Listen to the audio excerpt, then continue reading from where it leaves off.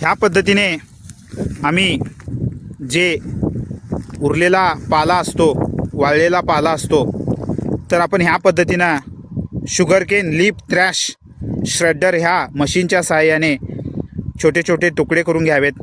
Next स्टेपमध्ये ह्या पाल्याला waste डिकम्पोजरच्या सहाय्याने आम्ही एक जैविक खत आम्ही करणार आहोत।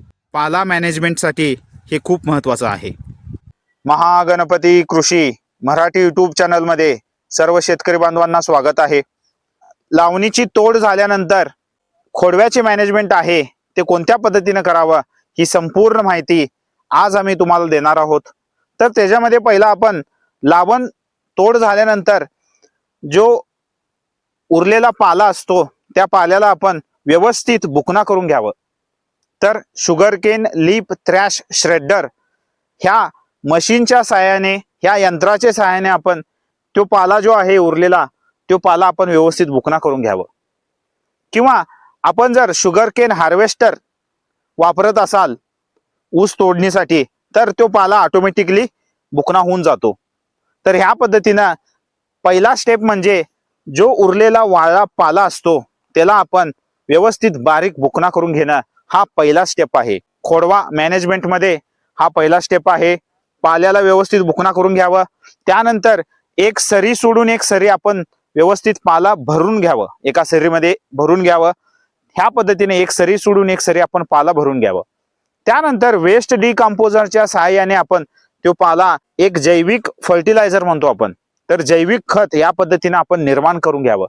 तर वेस्ट डिकम्पोजर वापरल्याने पाला जो आहे तो एक जैविक खत ह्या पद्धतीने तयार होतं। तर त्याच्यामध्ये जीवाणूंची संख्या जास्त होते आणि मातीचं आरोग्यही खूप छान पद्धतीने होतं। तर त्या जैविक खतामध्ये असलेले नायट्रोजन, फॉस्फरस, पोटॅश हे सर्व जे घटक असतात ते आपल्या ऊस शेतीमध्ये म्हणजे आपल्या खोडव्याला व्यवस्थित वापरता येतात। तर त्याच्यासाठी आपण पहिला जो पाला आहे त्याला व्यवस्थित बुकना करून घेणं खूप महत्त्वाचं आहे।